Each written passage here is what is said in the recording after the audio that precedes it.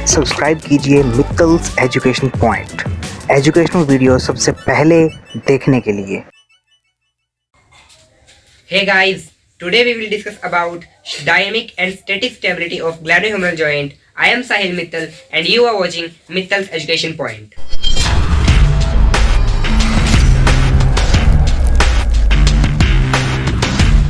आप सभी व्यूअर्स के लिए गुड न्यूज है, हमने हमारे चैनल का ऐप बना लिया है और जिसका लिंक हमने हमारे डिस्क्रिप्शन बॉक्स में दे रखा है, तो आप वहां जाकर उस ऐप को डाउनलोड कर सकते हैं। उस ऐप के ऊपर आपको हमारी नई वीडियोस की नोटिफिकेशन तभी मिलेगी और साथ साथ में आपको यूट्यूब पर आकर हमारी वीडियोस को सर्च करने की जरूरत भी नहीं पड़ेगी, आप वहां से डायरेक्ट हमारी वीडियोस को देख सकते हैं। तो पहले हम बात करते हैं dynamic stability of glenohumeral joint. Dynamic stability को मेंटेन करने में मेनली हमारे कुछ एक स्ट्रक्चर्स हेल्प करते हैं, जिनके अंदर हमारे स्ट्रक्चर्स आते हैं deltoid, rotator cuff muscles, supraspinatus and biceps brachii का लॉन्ग हेड।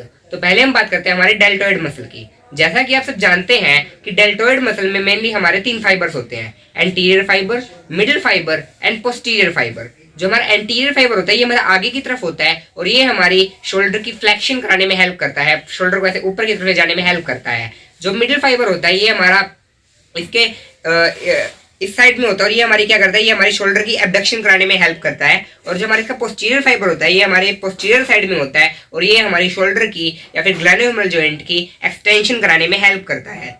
तो जो हमारा हम इसके अंदर मेनली बात करते हैं एबडक्शन मूवमेंट की, और मेनली क्या होता है, मतलब आपको पता होना चाहिए कि जो इसके तीनों फाइबर्स जो फोर्स लगाते हैं वो मेनली हमारे मिडिल साइड में ज्यादा एक्सर्ट करते हैं ताकि वहां पे हमारी एबडक्शन हो सके। पर इसके अंदर क्या होता है हमारी डेल्टोइड मसल में मेनली हमारे क्या होता है, हम हर एक मसल के फोर्स को 2 टाइप के कंपोनेंट्स में डिवाइड कर देते हैं। एक होता है एफ एक्स कंपोनेंट मतलब फोर्स और एक होता है एफ वाई।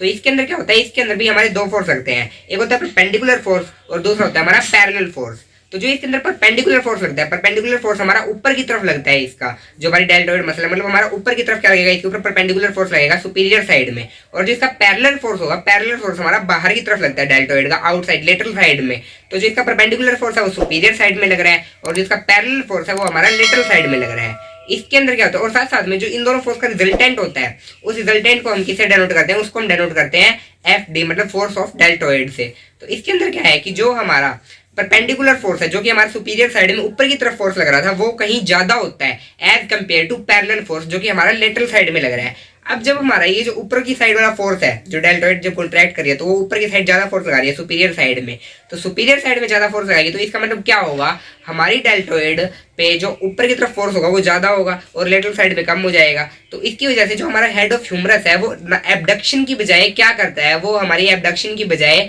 सुपीरियरली उसकी पुलिंग हो जाती है ऊपर की तरफ। तो डेल्टोइड मेनली यहाँ पे क्या कर रही है, हमारी एबडक्शन नहीं, वो हमारी क्या कर रही है, ऊपर की तरफ पुलिंग करा रही है। बट अपने को क्या चाहिए, अपने को एबडक्शन चाहिए। और साथ साथ में क्या है कि जो ये ऊपर की तरफ फोर्स लग रहा है डेल्टोइड का, ये ग्रेविटी भी एलिमिनेट नहीं कर पाती। क्यों नहीं कर पाती, क्योंकि हमारे डेल्टोइड में जैसे कि मैंने आपको स्टार्टिंग में बताया कि 3 फाइबर्स होते हैं, anterior, middle and posterior fibre. तो जो हमारे एंटीरियर, मिडल और पोस्टीरियर फाइबर तीनों का फोर्स है ये, तो इतना ज्यादा फोर्स हमारी ग्रेविटी एलिमिनेट ही नहीं कर पाती कि हमारी डेल्टोइड काफी ज्यादा फोर्स एक्सर्ट कर देती है इसके अंदर। तो इस वजह से क्या होता है कि हमारा यहाँ पे जो हेड ऑफ ह्यूमरस है वो ऊपर की तरफ पुल होगा इसके हिसाब से। तो हमें क्या है, इस फोर्स को रेजिस्ट करने के लिए कोई एक एक्स्ट्रा फोर्स चाहिए जिससे कि हमारी जो ह्यूमरस का हेड है उसकी सुपीरियर पुलिंग ना होके बल्कि उसकी क्या हो जाए, हमारी एबडक्शन हो जाए। तो उसके लिए हमारे यहाँ पर एक और स्ट्रक्चर पाया जाता है जिसको हम कहते हैं rotator cuff. Rotator cuff muscles में मेनली हमारी 4 टाइप की मसल्स आती है। पहली होती है इसके अंदर हमारी infraspinatus, supraspinatus, teres minor and हमारी कौन सी होगी इसके अंदर सबस्कैपुलरिस मसल।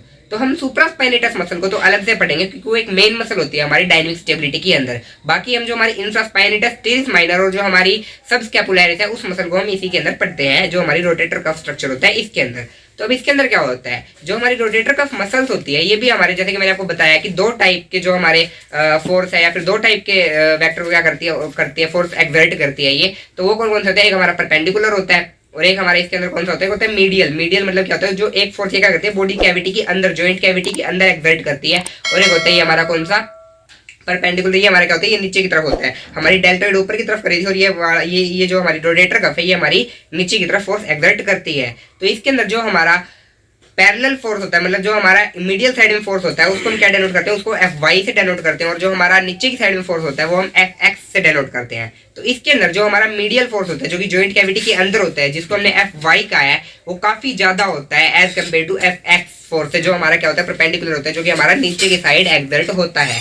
तो इसलिए क्या होता है कि ये हमारी ह्यूमरस हेड को अंदर की तरफ जो हमारी जॉइंट कैविटी है उसके अंदर फिट करती है, जिसकी वजह से हमारी जो ग्लैनोह्यूमरल जॉइंट है वहां की स्टेबिलिटी भी इंक्रीज होती है। अब आपको पता है कि ग्लैनोह्यूमरल जॉइंट के अंदर जो हमारी ग्लैनोइड कैविटी ग्लैनोइड फोसा होता है उसका जो स्ट्रक्चर होता है वो काफी ज्यादा छोटा होता है compare to head of humerus, तो वहाँ पे स्टेबिलिटी की बहुत ज्यादा जरूरत होती है। तो जो हमारी रोटेटर कफ है वो हमारी एब्डक्शन के साथ स्टेबिलिटी मेंटेन करने में भी हेल्प कर रही है, जो कि हमारी Fy जो फोर्स अंदर की तरफ एक्सर्ट हो रहा है हमारी बॉडी कैविटी के मीडियल साइड में, और जो हमारा Fx फोर्स जो कि नीचे की तरफ एक्सर्ट हो रहा था, इसका क्या काम होता है, ये फोर्स कम होता है एज कम्पेयर टू XY, तो हमारा हेड ऑफ ह्यूमरस नीचे तो पुल होगा नहीं। ये क्या करता है, ये हमारे जो डेल्टोइड ऊपर की तरफ फोर्स लगा रही थी, जो हमारा डेल्टोइड ऊपर की तरफ हेड ऑफ ह्यूमरस को ऊपर कर रहा था, वो जो फोर्स लग रही थी उस फोर्स को ये क्या कर देता है, रेस्ट्रिक्ट कर देता है, कॉन्ट्रा इंडिकेट कर देता है उस फोर्स को। तो इसकी वजह से ये दोनों फोर्स आपस में कैंसिल हो जाते हैं, तो हमारा क्या बचता है, जो Fy जो अंदर की तरफ फोर्स लग रहा है, ये फोर्स क्या करता है, हमारे हेड ऑफ ह्यूमरस को अंदर की तरफ लेके आता है और स्टेबिलिटी भी इंक्रीज करता है। अब जो हमारा, अगर हम इसकी बात करें जो डेल्टोइड और जो हमारी रोटेटर कफ है, इन दोनों की एक साथ बात करें तो ये क्या करते हैं, एक फोर्स कपल की तरह काम करते हैं एक साथ में। अब जो हमारी अगला स्ट्रक्चर आता है वो होता है हमारा सुप्रास्पाइनेटस मसल। जो सुप्रास्पाइनेटस मसल है हमारी, इसका सबसे ज्यादा रोल होता है हमारी डायनेमिक स्टेबिलिटी को मेंटेन करने में, इसलिए हमने इसे रोटेटर कफ के अंदर नहीं पढ़ा। तो जो सुप्रास्पाइनेटस मसल है ये मेनली हमारी क्या करती है, जॉइंट कंप्रेसिव फोर्स भी प्रोड्यूस करती है।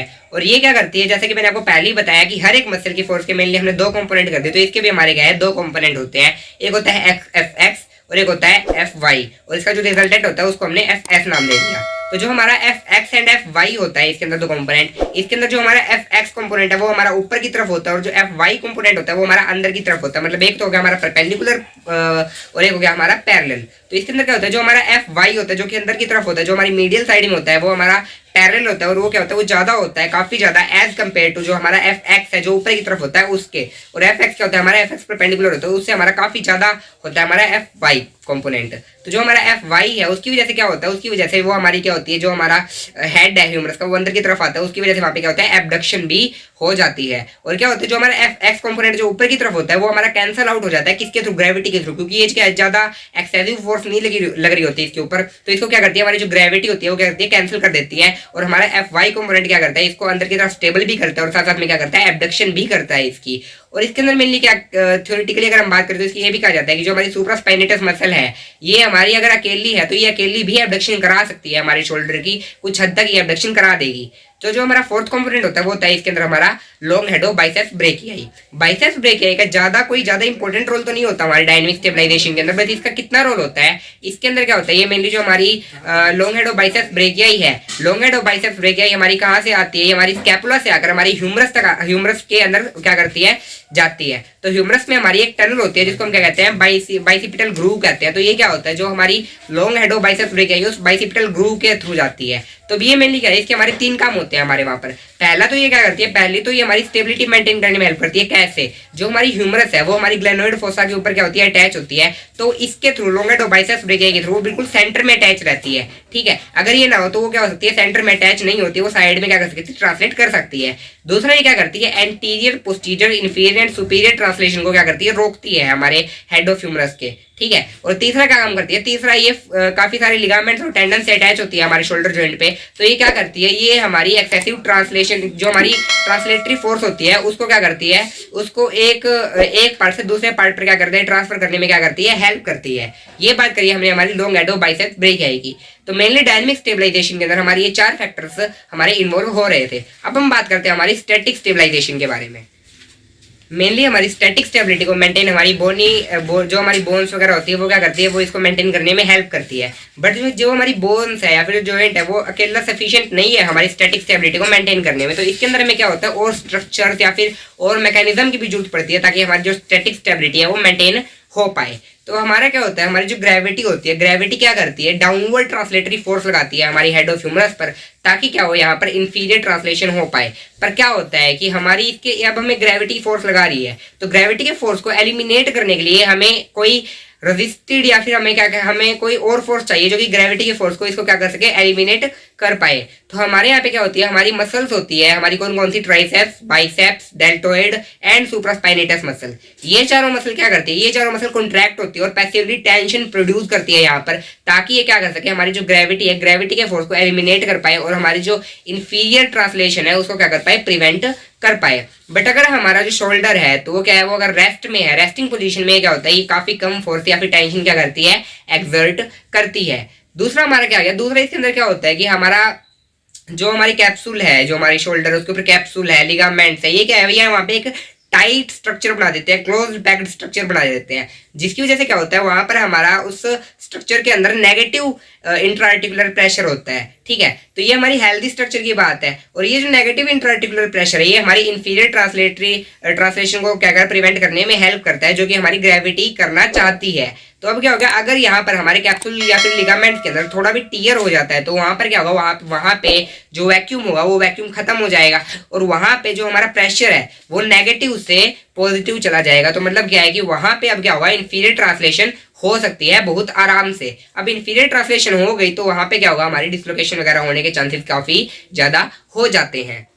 अगर हमारे ग्लेनोइड फोसा के अंदर थोड़ी सी भी टिल्टिंग हो जाती है एनाटॉमिकली, तो वहां पर क्या होता है, थोड़ी सी भी टिल्टिंग होने से वहां पर बोनी ब्लॉक बन जाता है, जो कि मेनली हमारे क्या करता है, जो हमारी इंफीरियर ट्रांसलेशन है उसको क्या कर देता है, उसको कर सकता है। और अगर हमारी ये सारे के सारे जितने भी पैसिव फोर्स है, ये सारे के सारे पैसिव फोर्स अगर ठीक काम नहीं कर पा रहे, अगर हमारी जो आर्म है, आर्म के ऊपर लोड है काफी ज्यादा, तो उस टाइम हमारी ये पैसिव फोर्स क्या होते हैं, सफिशिएंट नहीं हो पाते हमारी स्टेबलाइजेशन प्रोवाइड करने के लिए। तो उस टाइम क्या होता है, उस टाइम हमारी जो सुप्रास्पाइनेटस मसल होती है वो वर्क में आना स्टार्ट करती है। सुप्रास्पाइनेटस मसल क्या करती है, हमारी मेन स्टेबलाइजेशन मसल होती है। तो सुप्रास्पाइनेटस मसल इसके अंदर हमारे क्या करेगी, सुप्रास्पाइनेटस मसल हमारा फोर्स या टेंशन प्रोवाइड करेगी, जिसकी वजह से हमारे वहां पे स्टेबिलिटी क्या होती है, मेंटेन हो सकती है। अब जो सुप्रास्पाइनेटस मसल है, इसका जो टेंडन है वो हमारे रोटेटर इंटरवल कैप्सूल के साथ भी क्या होता है, अटैच होता है। और ये कितना टेंशन प्रोड्यूस करती है, कितनी कॉन्ट्रैक्ट करती है, ये बात हमें किससे पता कर सकते हैं, ये हम EMG के थ्रू भी पता लगा सकते हैं कि इसके ऊपर कितनी ज्यादा हमारी टेंशन प्रोड्यूस होती है। अब अगर हमारे पैरालिसिस हो जाए किसी भी पेशेंट के अंदर, ठीक है, इसका सुप्रास्पाइनेटस मसल का, तो वहां पर क्या हो सकता है, वहां पर स्टेबिलिटी मेंटेन नहीं हो पाएगी और वहां पर क्या होगा, हमारा इंफीरियर सबलक्सेशन या फिर डिसलोकेशन हो जाएगा हमारा ह्यूमरल हेड का। तो इसलिए क्या है, ये काफी ज्यादा हमारी इंपॉर्टेंट होती है, हमारी जो सुप्रास्पाइनेटस मसल होती है। और इसकी पैरालिसिस के कारण जो हमारे और स्ट्रक्चर्स होते हैं, ये और स्ट्रक्चर्स क्या करेंगे, काफी ज्यादा स्ट्रेच कर जाएंगे और हमारी वहां पर लॉस ऑफ स्टेबिलिटी हो जाएगी, हमारी जो ग्लैंडोलर जॉइंट है वहां पर। तो ये बात करिए भैया हमने स्टैटिक स्टेबिलिटी की। तो आज के लेक्चर में हमने बात करी है डायनेमिक और स्टैटिक स्टेबिलिटी दोनों की। That's all for today's lecture. If you liked the video, then press the like button, subscribe our channel and share it with your friends to make them learn. And you can also follow us on our different social media handles. And please download our app to stay tuned with us. Thank you.